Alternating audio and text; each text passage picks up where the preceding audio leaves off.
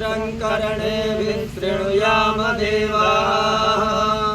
भद्रं पश्येमाक्षभिर्जयत्राः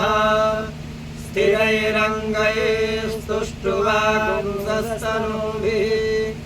यसेम देवहितं जलायुः स्वस्ति न इन्द्रो वृद्धश्रवाः स्वस्ति नः पूषा विश्ववेदाः स्वस्ति नस्तार्क्ष्यो अरिष्टनेमिः स्वस्ति नो बृहस्पतिर्दधातु ॐ शान्ति शान्ति शान्तिः हरिः ॐ नमस्ते गणपतये त्वमेव प्रत्यक्षं तत्त्वमसि त्वमेव केवलं कर्तासि त्वमेव केवलं धर्तासि त्वमेव केवलं हर्तासि त्वमेव सर्वं खलमिदं ब्रह्मासि त्वं साक्षादात्मासि नित्यं ऋतं वच्मि सत्यं वच्मि अवत्वं माम् अववक्तारम् अवश्रोतारम् अवदातारम् अवधातारम् अवानुचारमवशिष्याम् अवपश्चातात् अवपुरस्तात् अवोत्तरातात् अवदक्षिणातात् अवचोर्ध्वातात्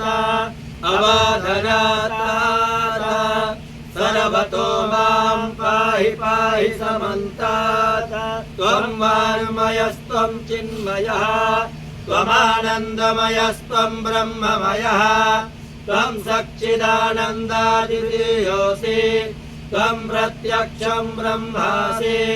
त्वं ज्ञानमयो विज्ञानमयोऽसि सर्वं जगदिदं त्वत्तो जायते सर्वं जगदिदं त्वस्तस्तिष्ठति सर्वं जगदिदं त्वयि लयमेष्यति सर्वं जगदिदं त्वयि प्रत्येति त्वं भूमिरापो नलो निलो नभः त्वं चत्वारि वाक्पदानि त्वं गुणत्रयातीतः त्वं बालत्रयातीतः त्वं देहत्रयातीतः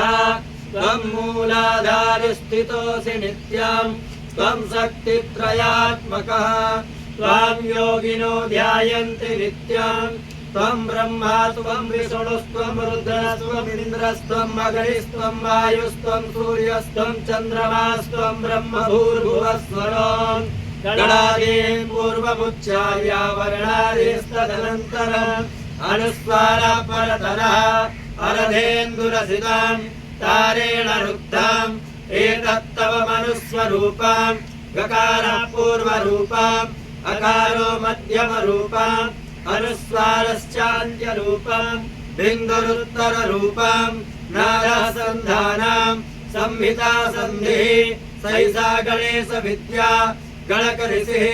निचृगायत्री छन्दः श्रीमहागणपतिर्देवता ॐ गणपतये नमः